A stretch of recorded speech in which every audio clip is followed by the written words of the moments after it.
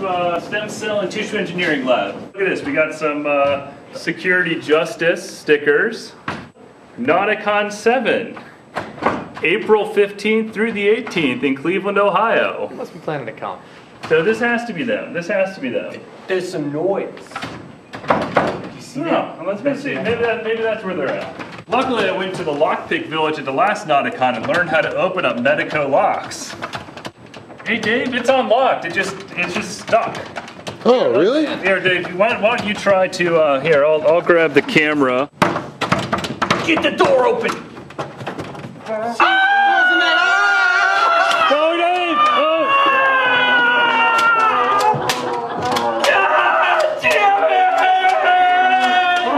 Oh, that was a leg! Oh! It's a finger! That's it! Oh! Oh! Tom, are you getting him? Are you getting him?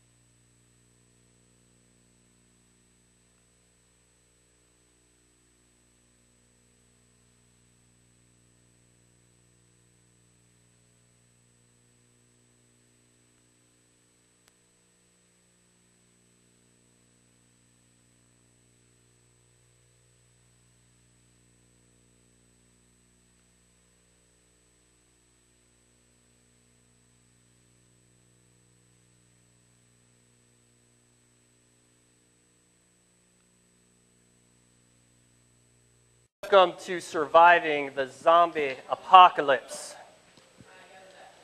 My name is Corporal Tom Eston, United States Marine Corps. Hoorah! I am the last surviving member of my platoon in the Great Class II zombie outbreak in Somalia a couple of years back. I am thankful for being alive. As you can see, this is a picture of me when I was hunting some zombies earlier. There's these guys called the Confused Greenies. And, local group. Yeah, local group, and something happened to them, something weird, and we'll be talking about that in a little bit. Matt Neely, PhD. I'm a chemical physicist who specializes in virology, and have been presently working on researching the virus that causes zombieism, as well as researching into things like vaccines and other drugs that can treat the virus. Here I am when I found a card for NOTACON 7 while we were looking for those confused Greenies.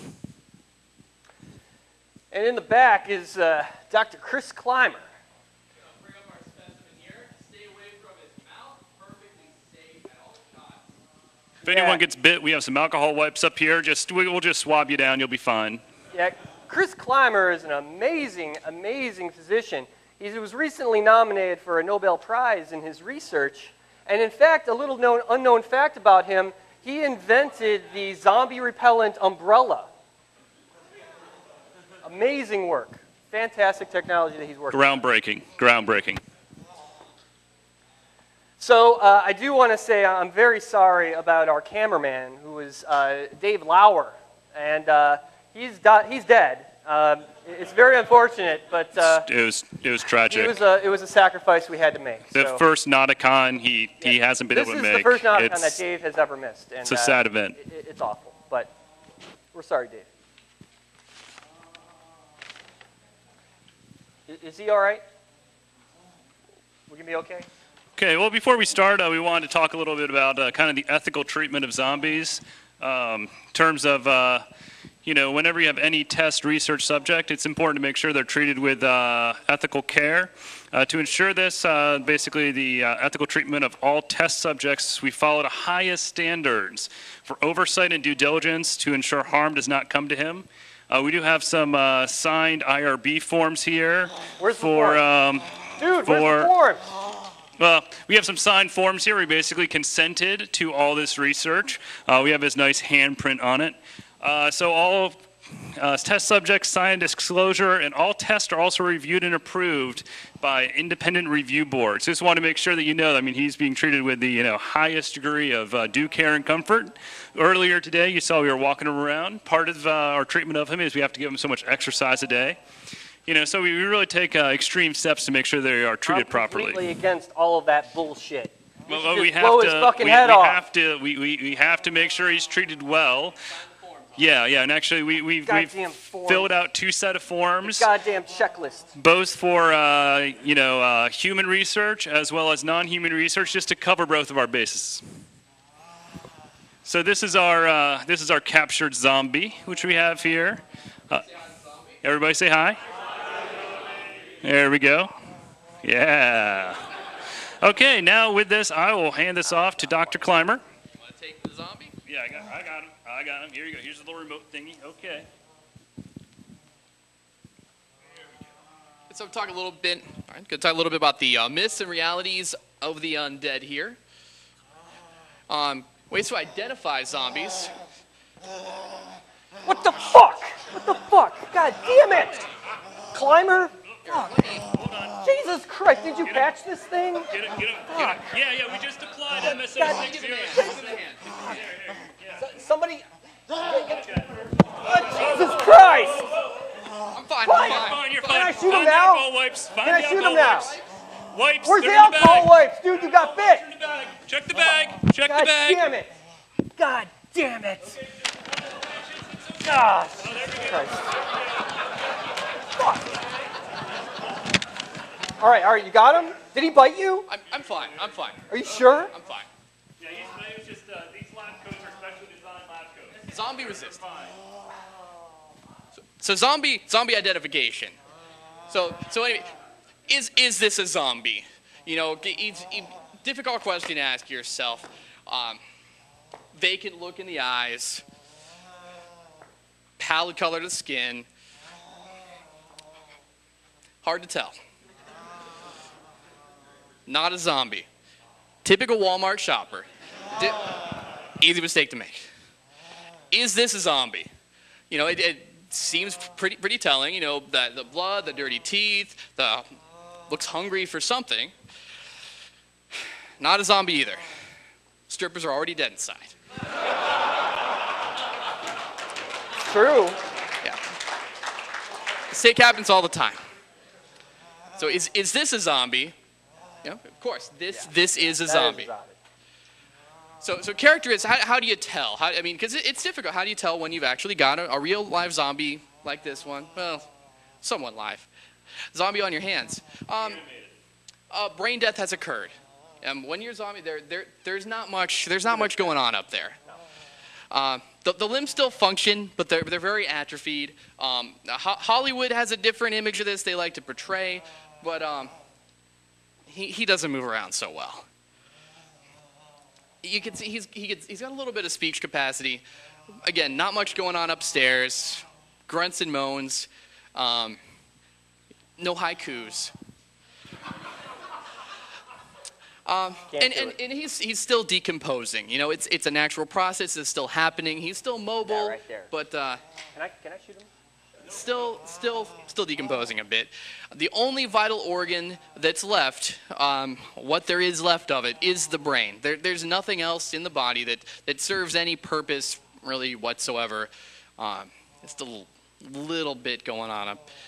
What's left of the brain, and they don't crave food anymore. You know, like you and me, they don't want a hamburger or banana. Somebody tried to feed him banana on the way out. That's not what he's looking for. Give him something. They have strong cannibalistic urges. Yeah. They want brains.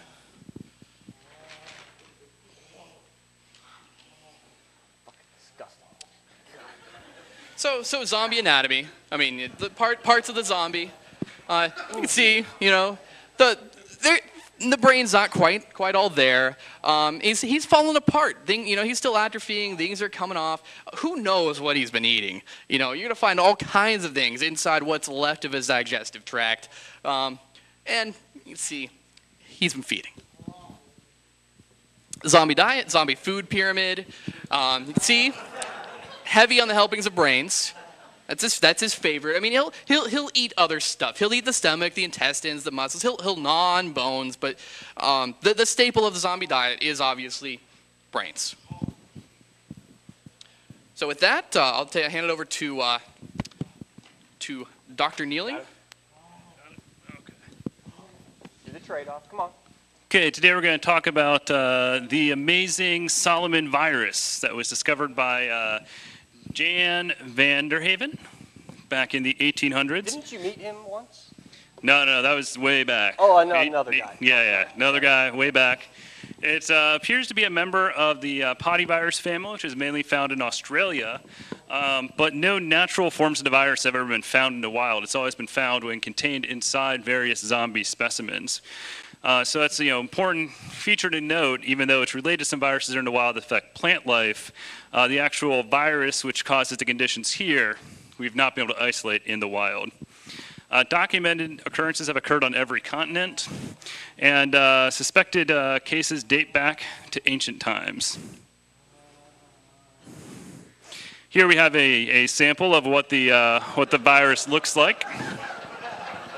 This is amazing research, by the way. Cutting edge. Absolutely revolutionary. The kind of work you're doing, sir. So various methods of infection, direct bodily fluid exchange, so things like blood, which, get him out of here. You know, there's, okay, if anybody finds any test tubes around here, I had 2 test tubes, one of just plain blood, the other of infected blood. I do have this syringe left over, though, of infected blood that'll just keep in my pocket here. There are no documented cases of the virus being airborne or waterborne. It's all through direct bodily contact. It is 100% communicable. All it takes is one virus inside here to cause an outbreak that can bring down humanity. So if you find those vials, dear God, please get them up to me. It's also 100% fatal. Once someone has been infected, the fatality rate is 100% fatal. And it's interesting to note that in humans, it results in reanimation, but in other animals, it simply results in fatality. So there's a difference there. It's also provided some challenges for us actually performing research on the virus, because we cannot actually, do research in other humans or other things. We did actually get some chimpanzees, dogs, and mice that we genetically engineered so they could be reanimated by the virus. Sadly, PETA released those, so we're now working on remaking them, and hopefully they'll be living a happy life out in the wild. So what are some of the symptoms that can occur? Basically, the virus progresses over a 24-hour period. In hour 1, there's intense pain at the site of infection. At hour 5, there's... Are you all right? You're fine? Oh, is he all right? He's fine. Then at hour 5, there's a low-grade fever, vomiting, and joint pain. I mean, basically the symptoms of anyone being at NOTACON after being up drinking all night. After 8 hours, there's an increased fever, loss of coordination, delirium, dementia. And then hour 11 moves into paralysis and decreased heart rate. And then rapidly moves into a coma around 16 hours. At this point is when people usually think the person has actually died, but if you actually take their heart rate, it is a very low heart rate. But then at hour 20, the heart and brain activity cease, and the person is clinically dead. Then 3 to 4 hours later, reanimation occurs, like we see in this case. Treatment, there are none at this time. Antiviral drugs do not have an effect on stopping or slowing the rate of infection. And so far, any attempts to create a vaccine have failed because even dead forms of the virus are still enough to actually cause an infection and reanimate the dead. So, yeah, you doing okay there? All right.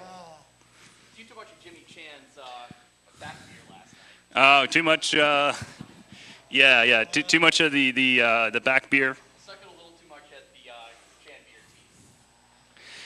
We'll talk about the 4 classes of outbreak. Class 1, these are low-level outbreaks, usually in third world countries. These tend to be things that the media doesn't even notice, especially the U.S. media. If it doesn't occur inside our borders, we don't really care. The number of zombies range from 1 to 20, and the number of dead are 1 to 50. Generally things that, like I said, aren't really reported in the media as even occurring. I want to kill him. Class 2 outbreaks. These occur in urban and densely populated areas. For this, there's possibly a low-level military response, National Guard, that type of thing. In this case, there's actually an active media blackout to block the event from being portrayed in the news. If it is in the news, it's out. It's put up as some other type of outbreak, Ebola, SARS, influenza, something along those lines. H1N1. H1N1. That's all bullshit. Yeah, all those things. Number of zombies for this are 2 to 100, and there are usually several hundred dead humans as a result. Class 3 outbreak. These are areas that affect several hundred miles. So we're talking about things that affect a whole state or multiple states. These outbreaks, they can last months, take a very long time for them to come under control, be contained. This is where you truly have a state of emergency in a whole area, government level response. At this stage, you can't really hide the infection, so it's major news headlines. And the number of zombies here range into the thousands, and the number of dead, just hundreds of thousands. And then a class 4 outbreak is just living in an undead world. And we'll be discussing ways to survive in this type of environment.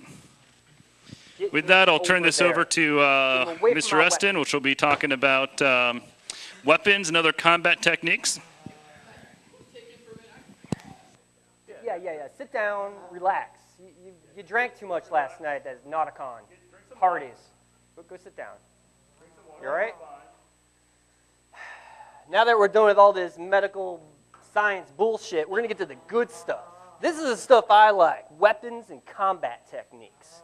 Because I like to kill me some zombies. So first of all, some general guidelines. Always, always, always carry multiple weapons. You can't carry a machine gun or, large weapons like a tank and anything like that. But you got to carry a multitude of weapons. And something you got to know, simple weapons, right? We're going to talk about some very simple weapons that could do things to this guy quite easily with very little skill. But on that same note, always train with your weapons. So if you never fired a pistol before, find someone that has. Or if you don't have anybody that can show you how to fire a pistol, learn it on your own. Because there's plenty of time in the zombie apocalypse when you're going to have a lot of alone time. And you don't want any alone time with this guy. Lastly here, stay in shape, work out, and always, always, always avoid hand-to-hand combat. You don't want to be fighting this guy. While he can't move very fast, he's got these hands and he can grab you. Another note, if you have long hair, cut that shit off. Because he can grab you and take you down, quick. That's right. So the first types of weapons here, bludgeons. They're easy to obtain. So what are we talking about here? We're talking about hammers, pipes, bats, crowbars, metal objects, lead pipes, anything like that can be a fantastic weapon in the zombie apocalypse. I do want you to know, though, crushing the skull of a zombie is very, very difficult. It is not as easy as you may think or in the movies. So practice on a tree or some hard object, just smashing the crap out of it, and just imagine it's a zombie head, and you're just killing it. And now I'm going to move on. So here you go, steel crowbar. Highly, highly recommend. And not only can you use this for killing zombies, but you can use it to pry open doors, get out of objects, get whatever. It's a fantastic weapon. Chris, are you all right? All right, we're going to move on here. Edged weapons. All right, what are we talking about here? Axes, hatchets, machetes, swords, things that take heads off. This is very good because this kills the brain. If you take a zombie's head off, you're halfway there. You ain't going to be getting up. So in this aspect, I recommend the machete and katana combo.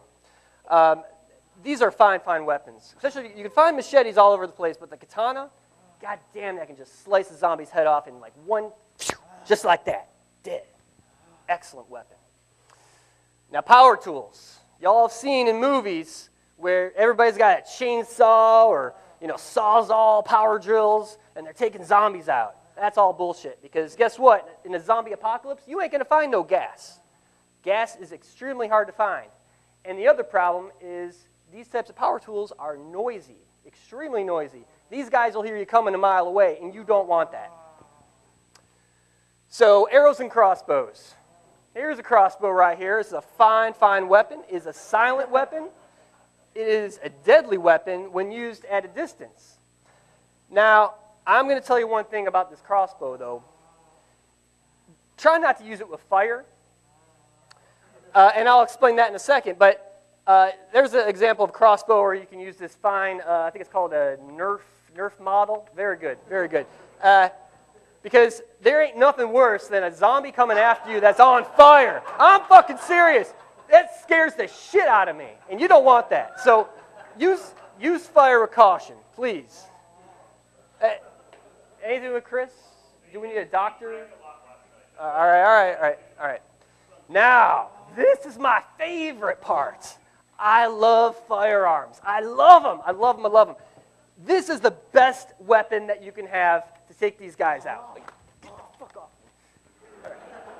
Now, listen. As much as I want to kill this guy, but I know he signed the document, I can't touch him. But weapons are awesome. Now, the thing you need to know is everybody thinks you need a shotgun, you need a giant weapon, machine gun. No, all you need is a .22. And let me tell you why. Because you could find this kind of ammunition everywhere. There's a Walmart at what? Every corner, right? They've pretty much taken over America. Go to Walmart, get yourself some .22 ammo. I'm going to not recommend a shotgun because you got to be at close range with the shotgun. That's only a couple feet to take this guy's head off. So you want a distance weapon.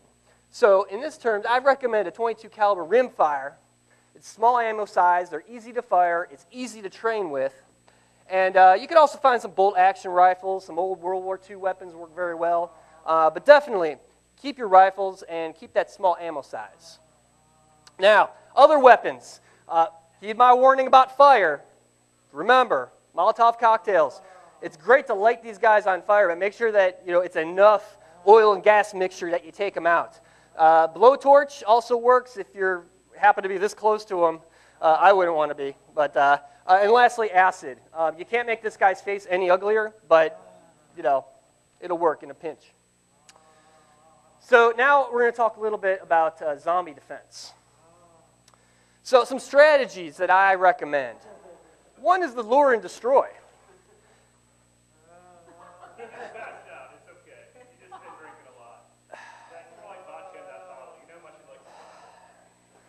I don't even know what to do. Lure and destroy. So get yourself a pickup truck. Big old redneck pickup truck. Kind I like.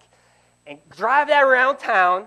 Get a bunch of guys, get a bunch of your buddies to hide in the back of that thing. And then when the zombies approach, slow down. And then just take the tailgate down. And then just gun them all down all at the same time. Just drive through town, just sniping one by one, take them all out. That's called the lure and destroy. Yeah, just like Somalia. Now, the barricade in the tower, high areas. Never, ever, ever stay in a basement. Ever. You've seen it in the movies. Guys get trapped down in the basement, there's nowhere to go, and you're fucked completely. Always get to the highest point in the building that you're at. Apartment towers, water towers, all these things work great. And always, always, always try to avoid urban areas like hospitals and shopping malls. Shopping malls are bad. Hotels also bad. Yeah. Conferences are also really, really bad. So the best defense is the oil rig. And you know what? Think about this. That new legislation that Obama just passed, there's going to be like 14 of these on Lake Erie any day now. This is fantastic. The oil rig is awesome because you've got places to live. It's out in the sea. You've got helicopter access if you can fly a helicopter. You've got everything you need. Sir, ma'am, please hold all questions till the end. Okay? Thank you. So I want to talk a little bit about life after the apocalypse. Now, you may think that it's impossible. What? Control the zombie. Control the zombie. I'm going to fucking shoot him. Oh, fuck! Shit! God damn it! Shit! I'm sorry, Matt! Matt, I'm sorry! Anybody have any questions? Okay. Now we go into attacking zombies. I got one! Okay. Shit! God damn, I missed!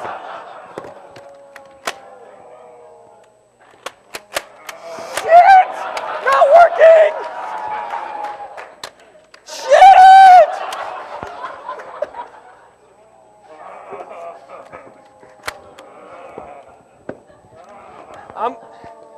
Got one! In the brain! That's how you shoot them, right in the brain. All right. I got this. Another one, dead. Reloading. Hey, you got my back?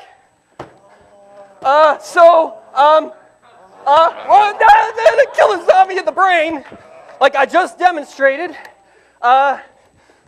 Shit, I'm out of ammo. Run! That's the last thing you do is run! Run!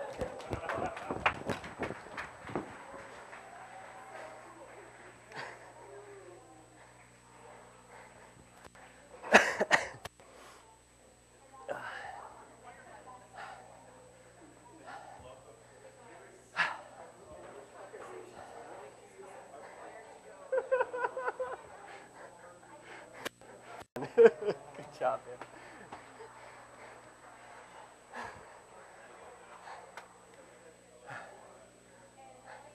So they're going to do the Q&A.